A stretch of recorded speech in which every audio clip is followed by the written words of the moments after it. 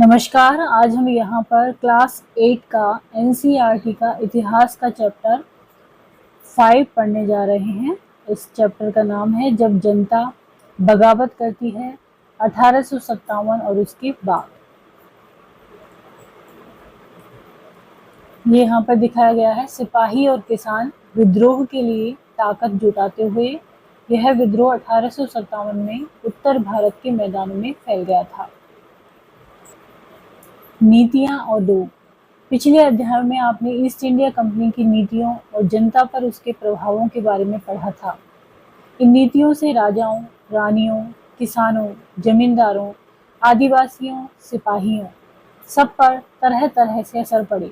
आप यह भी देख चुके हैं कि जो नीतियां और कार्रवाइयां जनता के हित में नहीं होती या जो उनकी भावनाओं को ठेस पहुंचाती हैं, उनका लोग किस तरह विरोध करते हैं।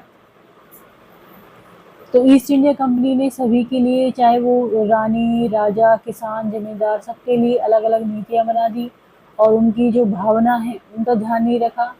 और तो लोग क्या करने लग गए, विरोध करने लग गए। नवाबों की छिनती सत्ता। 18वीं सदी के मध्य में से ही राजाओं और नवाबों की ताकत छिनने लगी थी। उनकी सत्ता और सम्मान दोनों खत्म होते जा रहे थे। बहुत सारे दरबारों में रेजिडेंट तैनात कर दिए थे। स्थानीय शासकों की स्वतंत्रता घटती जा रही थी। उनकी सेनाओं को भंग कर दिया गया था। उनके राजस्व वसूली के अधिकार व इलाके एक एक करके छीने जा रहे थे। बहुत सारे स्थानीय शासकों ने अपने हितों की रक्षा के लिए कंपनी के साथ बातचीत भी की। उदाहरण के लिए झांसी की रानी लक्ष्मीबाई चाहती थी कि कंपनी उनके पति की मृत्यु के बाद उनके गोद लिए हुए बेटे को राजा मान ले। पेशवा बाजीराव द्वितीय के दत्तक पुत्र नाना साहब ने भी कंपनी से आग्रह किया कि उनके पिता को जो पेंशन मिलती थी, जो पेशवा बाजीराव द्वितीय के पुत्र थे दत्तक नाना साहब, तो उन्होंने कंपनी से बोला कि आप मेरे जो पिता को पेंशन मिलती थी वह मृत्यु के बाद उन्हें मिलने लगे कि मुझे दे दो। अपनी श्रेष्ठता और सैनिक ताकत के नशे में चूर कंपनी ने इन निवेदनों को ठुकरा दिया। अवध की रियासत अंग्रेजों के कब्जों में जाने वाली आखिरी रियासतों में से थी। कौन सी रियासत थी? अवध की रियासत। ये किसमें चली गई थी? अंग्रेजों के कब्जे में। 1801 में अवध पर एक सहायक संधि थोपी गई। कब? 1801 में। 1856 में अंग्रेजों ने उसे अपने कब्जे में ले लिया। किसको? अवध को। गवर्नर जनरल डलहौजी ने ऐलान कर दिया कि रियासत का शासन ठीक से नहीं चला जा रहा है, इसलिए शासन को दुरुस्त करने के लिए ब्रिटिश प्रभुत्व जरूरी है।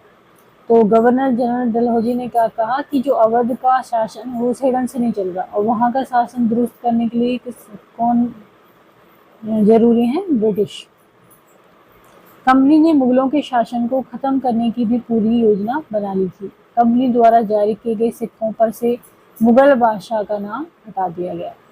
जो कंपनी ने सिक्के जारी करे उसमें मुगल बादशाह का नाम हटा दिया। 1849 में गवर्नर जनरल डलहौजी ने ऐलान किया कि बहादुर शाह जफर की मृत्यु के बाद बादशाह के परिवार को लाल किले से निकालकर उसे दिल्ली में कहीं और बसाया जाएगा।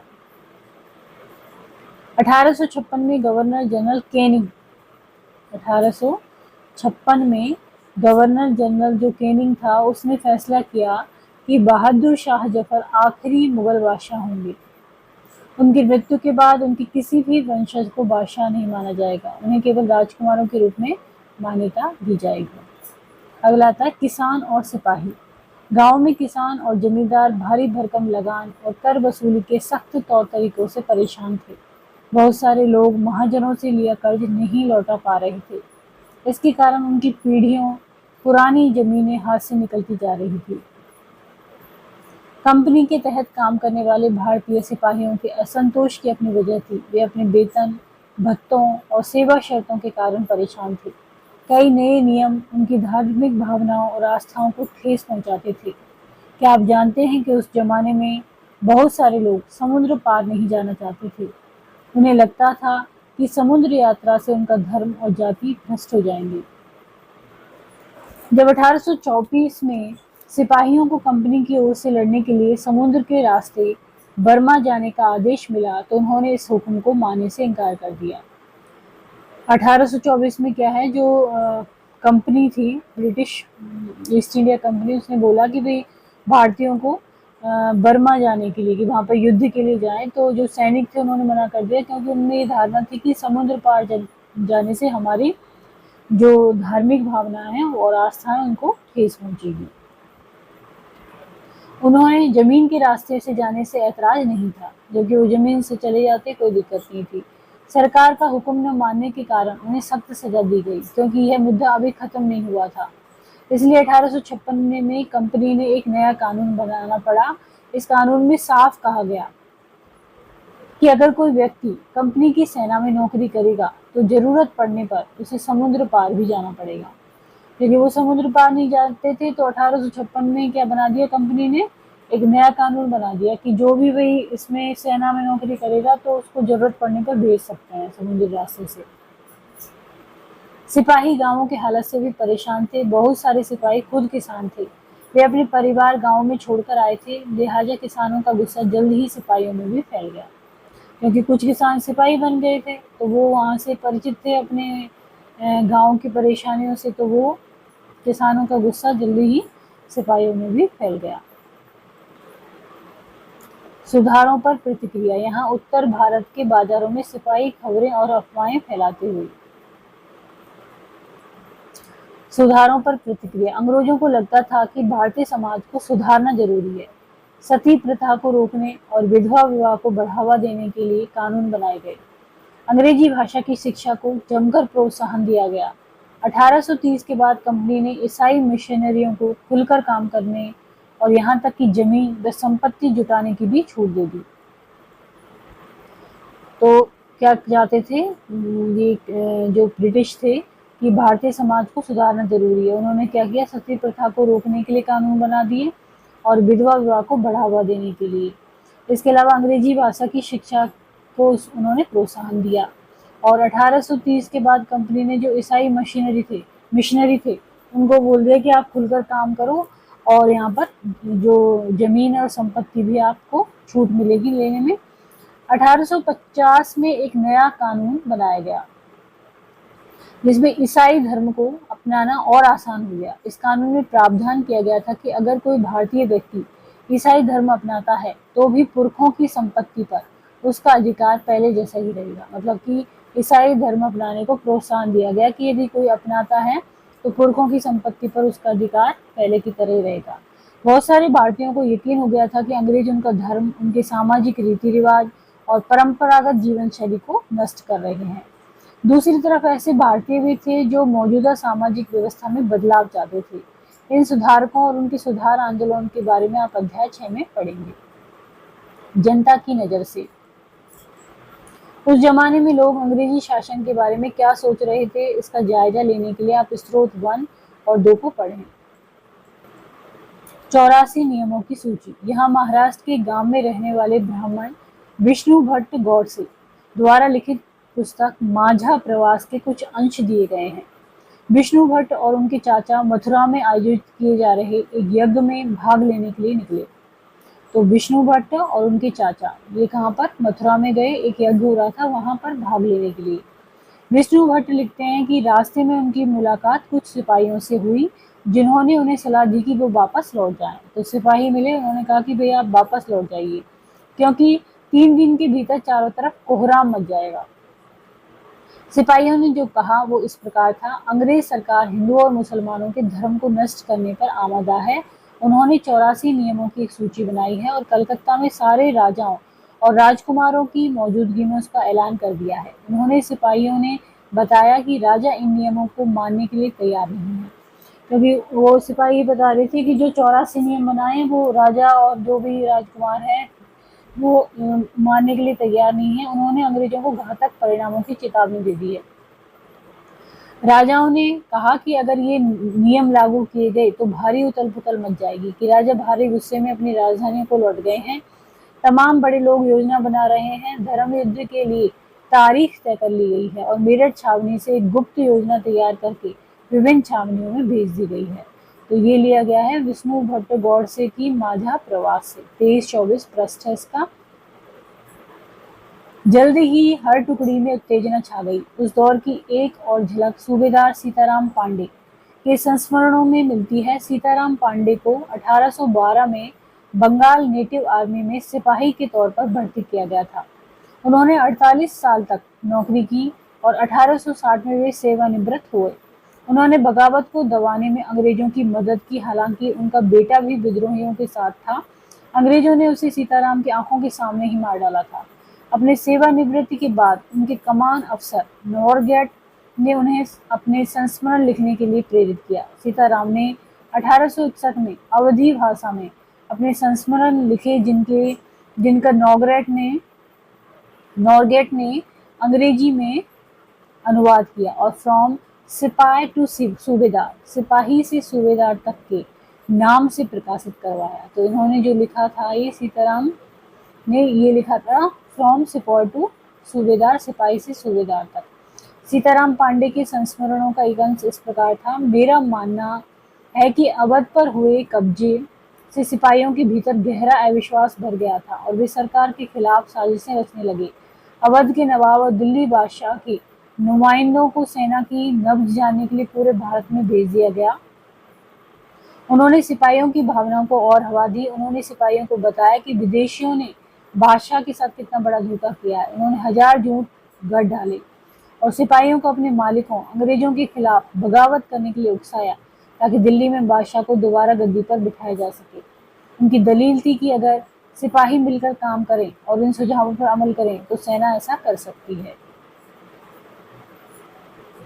मेरठ में विद्रोही सिपाही अफसरों पर हमला करते हैं, उनके घरों में घुस जाते हैं और इमारतों में आग लगा देते हैं। संयोग से इसी समय सरकार ने हर एक रेजिमेंट के कुछ लोगों को नई राइफल के इस्तेमाल का तरीका बताने के लिए अलग अलग छावनियों में भेजा। इन लोगों ने कुछ समय तक सिपाहियों को प्रशिक्षण दिया। इसी दौरान न जाने कहां से यह खबर फैल गई कि इन राइफलों में इस्तेमाल होने वाले कारतूसों पर गाय और सूअर की चर्बी का लेप चढ़ाया गया है। हमारी रेजिमेंट के लोग दूसरे लोगों को लिखकर ये खबर भेजने लगे और जल्द ही हर एक रेजिमेंट में उत्तेजना का माहौल बन गया। कुछ लोगों ने कहा कि उनकी 40 साल की नौकरी में सरकार ने उनके मजहब को चोट पहुंचाने के लिए कभी कुछ नहीं किया था। लेकिन जैसा कि मैंने पहले ही जिक्र किया, अवध पर कब्जे के कारण सिपाही पहले से ही गुस्से में थे। स्वार्थी लोगों ने फौरन यह कहानी गढ़ ली कि अंग्रेज तो सबको ईसाई बनाना चाहते हैं, इसलिए उन्होंने ऐसे कारतूस तैयार किए ताकि उन्हें इस्तेमाल करने से मुसलमान और हिंदू दोनों ही भ्रष्ट हो जाएं। कर्नल साहब का मानना था कि यह बेचैनी जो उन्हें भी साफ दिखाई दे रही थी, इस बार भी अपने आप खत्म हो जाएगी और उन्होंने मुझे घर चले जाने की हिदायत दी। सीताराम पांडे फ्रॉम सिपाही टू सूबेदार। सैनिक विद्रोह। जब सिपाही इकट्ठा होकर अपने सैनिक अफसरों को हुक्म मानने से इनकार कर देते हैं, सैनिक विद्रोह जन विद्रोह बन गया। यद्यपि शासक और प्रजा के बीच संघर्ष कोई अनोखी बात नहीं होती, लेकिन कभी कभी ये संघर्ष इतने फैल जाते हैं कि राज्य की सत्ता छिन्न भिन्न हो जाती है। बहुत सारे लोग मानने लगे हैं कि उन सबका शत्रु एक है, इसलिए वे सभी कुछ करना चाहते हैं। इस तरह की स्थिति में हालात अपने हाथ में लेने के लिए लोगों को संगठित होना पड़ता है। उन्हें संचार, पहलकदमी और आत्मविश्वास का परिचय देना होता है। भारत के उत्तरी भागों में 1857 में ऐसी ही स्थिति पैदा हो गई। फतह और शासन के 100 साल बाद ईस्ट इंडिया कंपनी को एक भारी विद्रोह से जूझना पड़ रहा था। मई 1857 में शुरू हुई इस बगावत ने भारत में कंपनी का अस्तित्व ही खतरे में डाल दिया। मेरठ से शुरू करके सिपाहियों ने कई जगह बगावत की। समाज के विभिन्न तबकों के असंख्य लोग विद्रोही तेवरों के साथ उठ खड़े हुए। कुछ लोग मानते हैं कि 19वीं सदी में उपनिवेशवाद के खिलाफ दुनिया भर में यह सबसे बड़ा सशस्त्र संघर्ष था। कैवलरी लाइनों में युद्ध। 3 जुलाई 1857 को 3000 से ज्यादा विद्रोही बरेली से दिल्ली आ पहुंचे। उन्होंने यमुना को पार किया और ब्रिटिश कैवलरी चौकियों पर धावा बोल दिया। यह युद्ध पूरी रात चलता रहा। मेरठ से दिल्ली तक 8 अप्रैल 1857 को युवा सिपाही मंगल पांडे को बैरकपुर में अपने अफसरों पर हमला करने के आरोप में फांसी पर लटका दिया गया। चंद दिन बाद मेरठ में तैनात कुछ सिपाहियों ने नए कारतूसों के साथ फौजी अभ्यास करने से इनकार कर दिया। सिपाहियों को लगता था कि उन कारतूसों पर गाय और सूअर की चर्बी का लेप चढ़ाया गया था। 85 सिपाहियों को नौकरी से निकाल दिया गया। उन्हें अपने अफसरों का हुक्म न मानने के आरोप में 10-10 साल की सजा दी गई। यह 9 मई 1857 की बात है। मेरठ में तैनात दूसरे भारतीय सिपाहियों की प्रतिक्रिया बहुत जबरदस्त रही। 10 मई को सिपाहियों ने मेरठ की जेल पर धावा बोलकर वहां बंद सिपाहियों को आज़ाद करा लिया। उन्होंने अंग्रेज अफसरों पर हमला करके उन्हें मार गिराया। उन्होंने बंदूक और हथियार कब्जे में ले लिए और अंग्रेजों की इमारतों व संपत्तियों को आग के हवाले कर दिया। उन्होंने फिरंगियों के खिलाफ युद्ध का ऐलान कर दिया। सिपाही पूरे देश में अंग्रेजों के शासन को खत्म करने पर आमदा थे, लेकिन सवाल यह था कि अंग्रेजों के जाने के बाद देश का शासन कौन चलाएगा। सिपाहियों ने इसका भी जवाब ढूंढ लिया था। वे मुगल सम्राट बहादुर शाह जफर को देश का शासन सौंपना चाहते थे। मेरठ के कुछ सिपाहियों की एक टोली 10 मई की रात को घोड़ों पर सवार होकर मुंह अंधेरे ही दिल्ली पहुंच गई। जैसे ही उनके आने की खबर फैली, दिल्ली में तैनात टुकड़ियों ने भी बगावत कर दी। यहाँ भी अंग्रेज अफसर मारे गए। देशी सिपाहियों ने हथियार व गोला बारूद कब्जे में ले लिया और इमारतों को आग लगा दी। विजयी सिपाही लाल किले की दीवारों के आसपास जमा हो गए। वे बादशाह से मिलना चाहते थे। बादशाह अंग्रेजों की भारी ताकत से दो हाथ करने को तैयार नहीं थे, लेकिन सिपाही भी अड़े रहे। आखिरकार वे जबरन महल में घुस गए और उन्होंने बहादुर शाह जफर को अपना नेता घोषित कर दिया। बूढ़े बादशाह को सिपाहियों की मांग माननी पड़ी। उन्होंने देश भर के मुखियाओं और शासकों को चिट्ठी लिखकर अंग्रेजों से लड़ने के लिए भारतीय राज्यों का एक संघ बनाने का आह्वान किया। बहादुर शाह के इस एकमात्र कदम के गहरे परिणाम सामने आए। ये है बहादुर शाह जफर और ये है नाना साहब। चित्र 8 में दिखाया गया है, जैसे जैसे विद्रोह फैला, छावनियों में अंग्रेज अफसरों को मारा जाने लगा।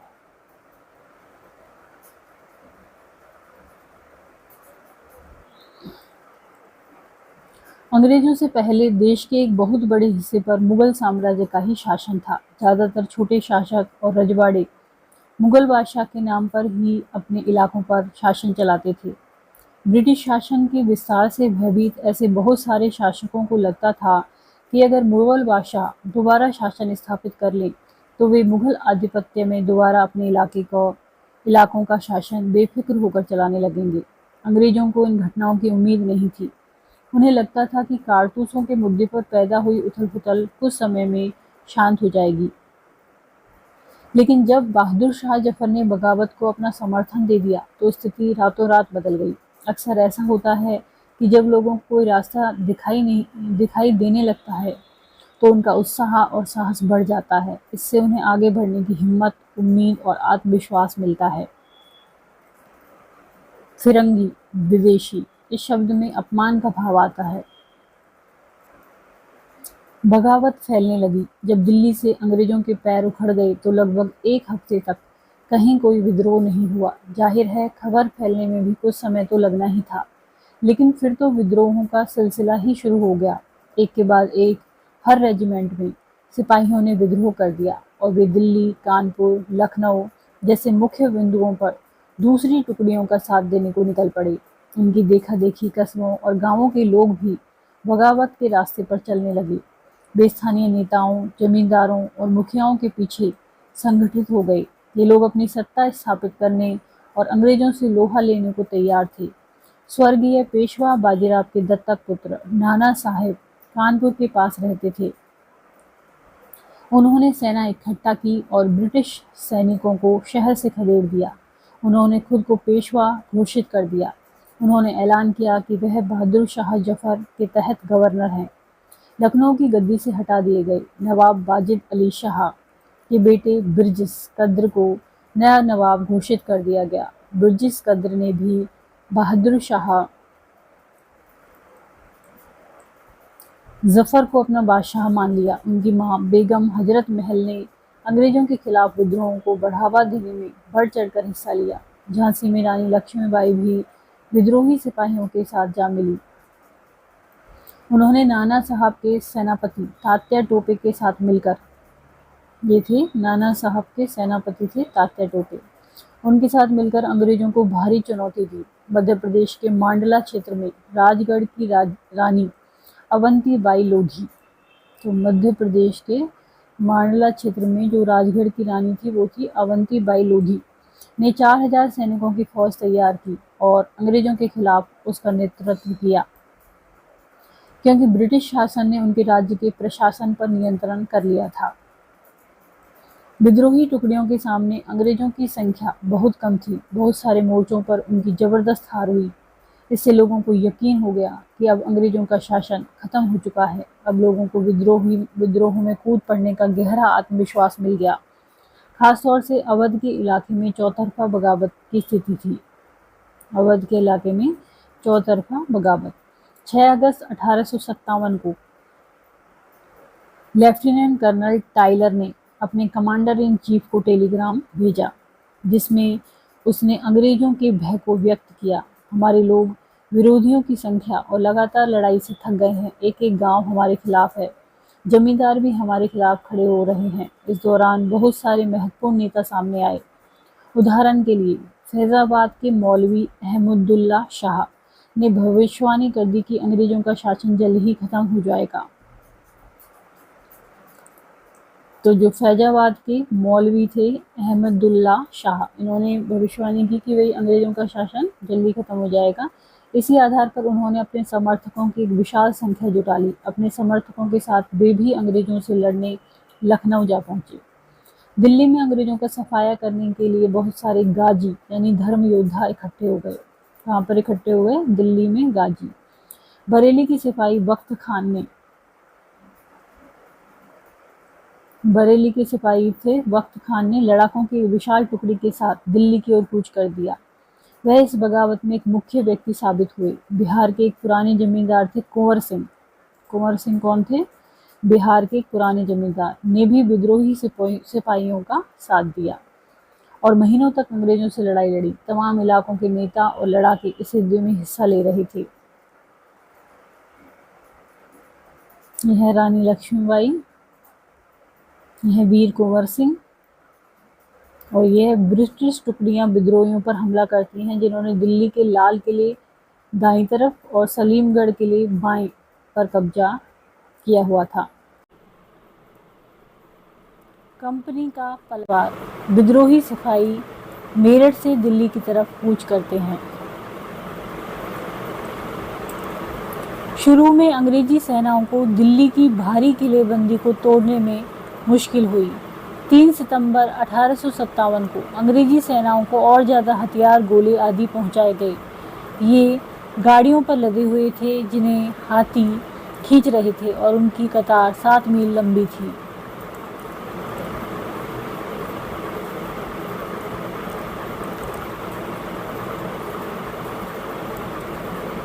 नेक्स्ट आता है कंपनी का पलटवार।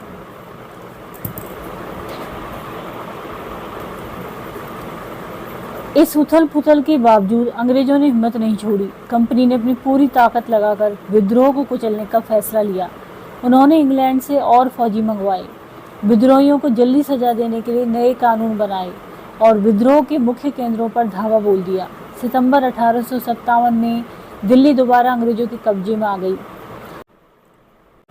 अंतिम मुगल बादशाह बहादुर शाह जफर पर मुकदमा चलाया गया और उन्हें आजीवन कारावास की सजा दी गई। उनके बेटों को उनकी आंखों के सामने गोली मार दी गई। बहादुर शाह और उनकी पत्नी बेगम जीनत महल को अक्टूबर 1858 में रंगून जेल में भेज दिया गया। इसी जेल में नवंबर 1862 में बहादुर शाह जफर ने अंतिम सांस ली नवंबर 1862 में रंगून जेल में। यह तात्या टोपे की स्मृति में जारी डाक टिकट। दिल्ली पर अंग्रेजों का कब्जा हो जाने का यह मतलब नहीं था कि विद्रोह खत्म हो चुका था। इसके बाद भी लोग अंग्रेजों से टक्कर लेते रहे। व्यापक बगावत की विशाल ताकत को कुचलने के लिए अंग्रेजों को अगले 2 साल तक लड़ाई लड़नी पड़ी। मार्च 1858 में लखनऊ अंग्रेजों के कब्जे में चला गया। जून 1858 में रानी लक्ष्मीबाई की शिकस्त हुई और उन्हें मार दिया गया। दुर्भाग्यवश ऐसा ही रानी अवंतीबाई लोधी के साथ हुआ। खेड़ी की शुरुआती विजय के बाद उन्होंने अपने आप को अंग्रेजी फौज से घिरा पाया और वे शहीद हो गई। कौन? ये थी रानी अवंतीबाई लोधी। तात्या टोपे मध्य भारत के जंगलों में रहते हुए आदिवासियों और किसानों की सहायता से छापामार युद्ध चलाते रहे। कहाँ पर? मध्य भारत के जंगलों में। जिस तरह पहले अंग्रेजों के खिलाफ मिली सफलताओं से विद्रोहियों को उत्साह मिला था, उसी तरह विद्रोही ताकतों की हार से लोगों की हिम्मत टूटने लगी। बहुत सारे लोगों ने विद्रोहियों का साथ छोड़ दिया। अंग्रेजों ने भी लोगों का विश्वास जीतने के लिए हर संभव प्रयास किया। उन्होंने वफादार भूस्वामियों के लिए इनामों का ऐलान कर दिया। उन्हें आश्वासन दिया गया कि उनकी ज़मीन पर उनके परंपरागत अधिकार बने रहेंगे। जिन्होंने विद्रोह किया था उनसे कहा गया कि अगर वे अंग्रेजों के सामने समर्पण कर देते हैं और अगर उन्होंने किसी अंग्रेज की हत्या नहीं की है तो वे सुरक्षित रहेंगे और ज़मीन पर उनके अधिकार और दावेदारी बनी रहेगी। इसके बावजूद सैकड़ों सिपाहियों, विद्रोहियों, नवाबों और राजाओं पर मुकदमे चलाए गए और उन्हें फांसी पर लटका दिया गया।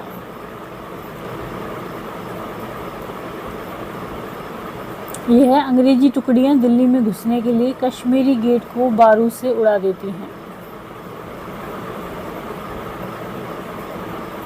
यह अंग्रेजी यहाँ पर अंग्रेज टुकड़ियाँ कानपुर के पास विद्रोहियों को पकड़ लेती हैं। ध्यान से देखें कि किस तरह कलाकार ने अंग्रेज सिपाहियों को बहादुरी से विद्रोहियों पर धावा बोलते हुए दिखाया है।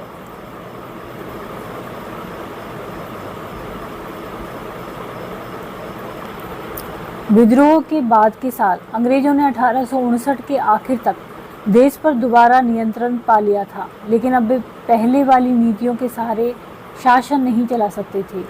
अंग्रेजों ने जो अहम बदलाव किए वे निम्नलिखित हैं।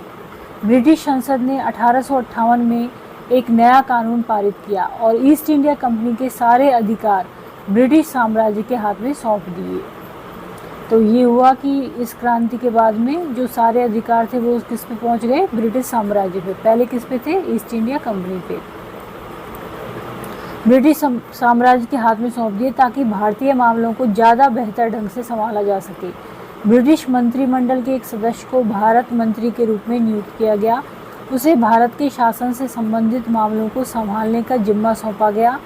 उसे सलाह देने के लिए एक परिषद का गठन किया गया जिसे इंडिया काउंसिल कहा जाता था। तो इंडिया काउंसिल क्या थी? परिषद थी जिसका काम क्या था? जो भारत मंत्री है उसको सलाह देना। भारत के गवर्नर जनरल को वायसराय का ओहदा दिया गया। जो भारत का गवर्नर जनरल था उसको वायसराय। इस प्रकार इसे इंग्लैंड के राजा रानी का निजी प्रतिनिधि घोषित कर दिया गया। फलस्वरूप अंग्रेज सरकार ने भारत के शासन की जिम्मेदारी सीधे अपने हाथों में ले ली। दूसरा क्या हुआ कि देश के सभी शासकों को भरोसा दिया गया कि भविष्य में कभी भी उनके भूक्षेत्र पर कब्जा नहीं किया जाएगा। उन्हें अपनी रियासत अपने वंशजों यहाँ तक कि दत्तक पुत्रों को सौंपने की छूट दे दी गई, लेकिन उन्हें इस बात के लिए प्रेरित किया गया कि वे ब्रिटेन की रानी को अपना अधिपति स्वीकार करें। इस तरह भारतीय शासकों को ब्रिटिश साम्राज्य के अधीन शासन चलाने की छूट दी गई कि आप अधीन तो ब्रिटिश साम्राज्य के लिए रहेंगे लेकिन शासन आप चला सकते हैं। तीसरा क्या हुआ? तीसरा था सेना में भारतीय सिपाहियों का अनुपात कम करने और यूरोपीय सिपाहियों की संख्या बढ़ाने का फैसला लिया गया। यहाँ भी यह तय किया गया कि अवध, बिहार, मध्य भारत और दक्षिण भारत से सिपाहियों को भर्ती करने की बजाय अब गोरखा, सिखों और पठानों में से ज़्यादा सिपाही भर्ती किए जाएंगे। तो कहाँ के तो कम कर दिए गए? अवध, बिहार, मध्य भारत और दक्षिण भारत। और उसके बजाय किन के सिपाहियों को भर्ती किया गया? गोरखा, सिखों और पठानों को। चौथा क्या था? मुसलमानों की जमीन और संपत्ति बड़े पैमाने पर जब्त की गई। उन्हें संदेह व शत्रुता के भाव से देखा जाने लगा। अंग्रेजों को लगता था कि यह विद्रोह उन्होंने ही खड़ा किया था। अंग्रेजों ने फैसला किया कि वे भारत के लोगों के धर्म और सामाजिक रीति रिवाजों का सम्मान करेंगे। छठा, भूस्वामियों और जमींदारों की रक्षा करने और तथा जमीन पर उनके अधिकारों को स्थायित्व देने के लिए नीतियां बनाई गई। इस प्रकार 1857 के बाद इतिहास का एक नया चरण शुरू हुआ।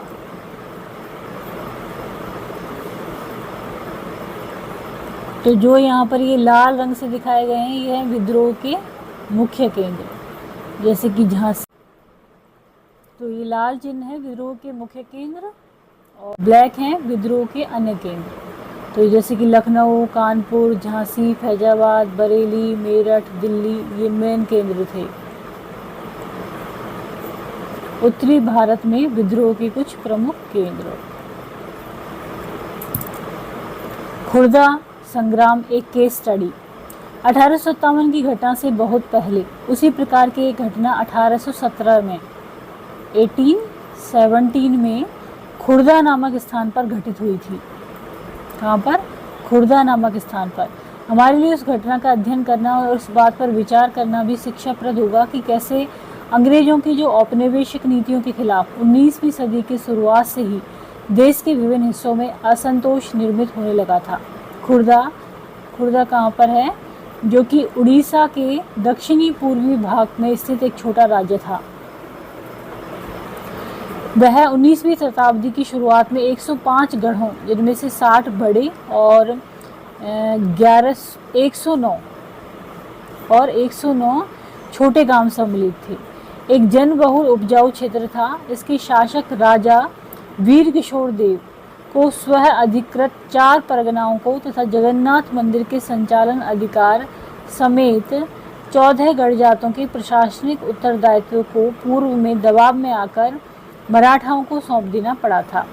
उनके पुत्र तथा उत्तराधिकारी मुकुंद देव द्वितीय इस दुर्दशा से विचलित थे। अतः अंग्रेजों और मराठों के बीच जारी संघर्ष में अपने लिए एक मौका देखते हुए उन्होंने अपने खोए हुए क्षेत्रों तथा जगन्नाथ मंदिर की देखरेख से संबंधित अधिकारों की पुनः प्राप्ति हेतु अंग्रेजों के साथ सलाह मशवरा शुरू कर दिया था। परंतु 1803 में उड़ीसा को अपने कब्जे में लेने के बाद अंग्रेजों ने उन्हें इन दोनों मुद्दों में से किसी भी पर भी सकारात्मक कार्रवाई करने की दिशा में कोई रुचि नहीं दिखाई। परिणामतः उड़ीसा के दूसरे सामंत राजाओं के साथ मिलकर तथा मराठाओं के गुप्त समर्थन से उन्होंने जबरन अपने अधिकारों को लागू करने का प्रयास किया। इसकी वजह से उन्हें अपने पद से विस्थापित होना पड़ा तथा अंग्रेजों ने उनके राज्य को अपने में मिला लिया।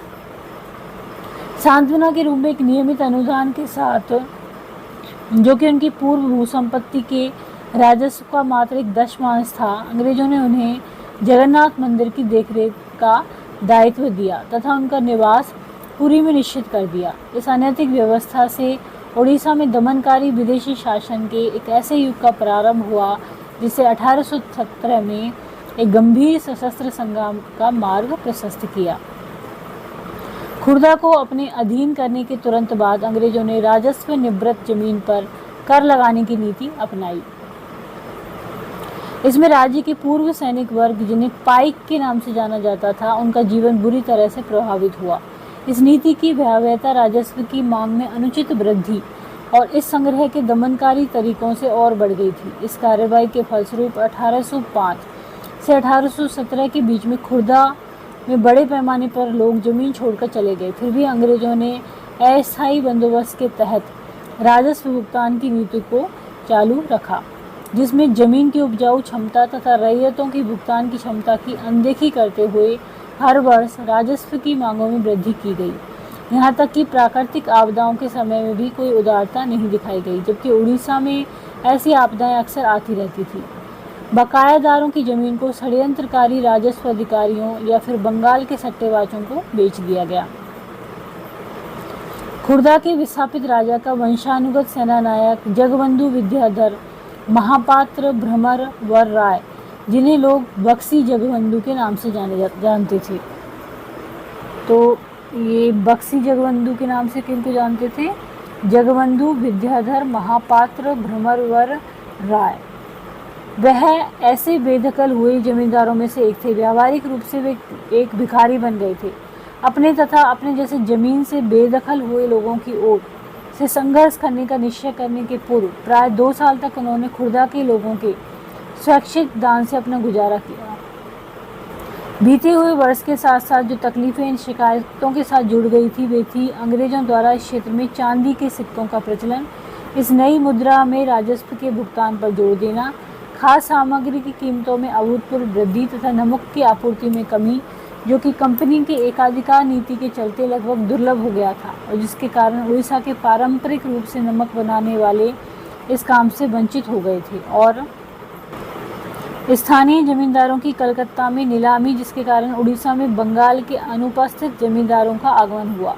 इसके अतिरिक्त असंवेदनशील तथा भ्रष्ट पुलिस प्रशासनिक व्यवस्था ने भी स्थिति को और दुष्कर बना दिया, जिसके चलते होने वाले सशस्त्र संग्राम ने और भयावह आकार धारण कर लिया। 29 मार्च 1817 को इस संग्राम की शुरुआत तब हो गई जब पाइकों ने बानपुर में स्थित पुलिस की चौकी और अन्य सरकारी संस्थाओं पर हमला कर दिया और 100 से अधिक लोगों की हत्या करने के साथ साथ सरकारी खजाने में से एक बड़ी रकम लेकर चले गए।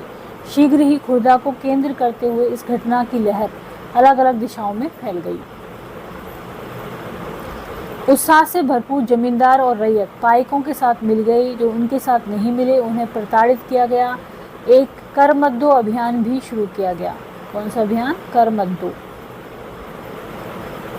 अंग्रेजों ने पाइकों को उनके जमे हुए स्थान से हटाने की कोशिश की परंतु असफल रहे। 14 अप्रैल 1817 को बक्सी जगबंधु ने 5 से 10,000 पाइकों और कंध जनजाति के योद्धाओं की अगुवाई कर पुरी को कब्जे में ले लिया और मुकुंद देव द्वितीय को उनकी झिझक के बावजूद राजा घोषित कर दिया। जगन्नाथ मंदिर के पुजारियों ने भी पाइकों को अपना भरपूर समर्थन प्रदान किया। स्थिति को हाथ से निकलते हुए देख अंग्रेजों ने मार्शल लॉ लागू कर दिया। जल्द ही घोषित राजा पकड़े गए और उन्हें पुत्र सहित कटक में कारावास दे दिया गया। बक्सी ने अपने करीबी सहयोगी कृष्णचंद्र भ्रमरवर राय के साथ मिलकर कटक और खुर्दा के बीच यातायात के सारे माध्यम को काटने का प्रयास किया। इसके साथ साथ संघर्ष उड़ीसा के दक्षिण और उत्तर पश्चिम हिस्सों में फैल गया। परिणाम स्वरूप अंग्रेजों ने मेजर जनरल मार्टिनेडल को पाइकों के चंगुल से पूरे क्षेत्र को मुक्त कराने के लिए भेजा। मेजर जनरल मार्टिनेडल तथा बक्सी जगबंधु और उनके साथियों को पकड़वाने के लिए पुरस्कार की भी घोषणा की। इस प्रकार जो सामरिक कार्रवाई चली उसमें सैकड़ों पाइक मारे गए, कई घने जंगलों में चले गए और अन्य सामूहिक क्षमा योजना के तहत अपने घरों में लौट गए। इस तरह से अंग्रेजों ने मई 1817 तक खुर्दा के संग्राम को लगभग काबू में कर लिया। परंतु खुर्दा के बाहरी क्षेत्र में बक्सी जगबंधु ने कुजंग के राजा जैसे सहयोगी की मदद से और पाइकों के उनके प्रति अटूट निष्ठा के कारण इस संघर्ष को मई 1825 तक जारी रखा, जब उन्होंने अंग्रेजों के सामने आत्मसमर्पण कर दिया। इसके उपरांत अंग्रेजों ने खुर्दा के लोगों के प्रति अपनी ओर से दयालु, अनुग्रहित और सहनशीलता की नीति अपनाई। पुलिस और न्यायिक व्यवस्था में आवश्यक सुधार किया।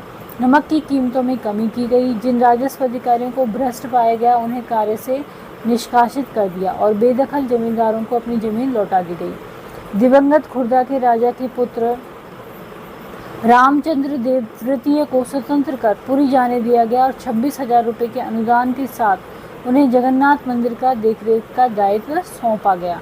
संक्षेप में यह उड़ीसा में अंग्रेजों के विरुद्ध पहला लोकप्रिय सशस्त्र संघर्ष था जिसका उस क्षेत्र में ब्रिटिश शासन पर दूरगामी प्रभाव पड़ा। अतः इसे मात्र पाइक विद्रोह कहना, इसे कमतर कर आंकना होगा।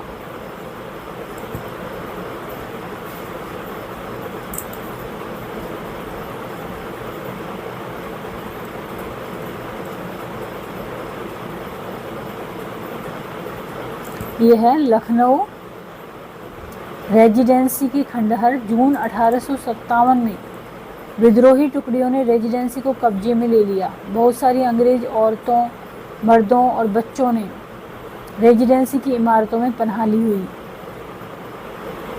हुई थी। विद्रोहियों ने इस पूरे परिसर को घेर कर उन पर गोलों से हमला किया। इसी तरह की गोली से अवध के चीफ कमिश्नर हेनरी लॉरेंस की भी मौत हो गई। हेनरी लॉरेंस जिस कमरे में मरे हुए चित्र में दिखाई दे रहा है। गौर से देखें कि इमारतों पर बीते दौर के निशान किस तरह बचे रह जाते हैं।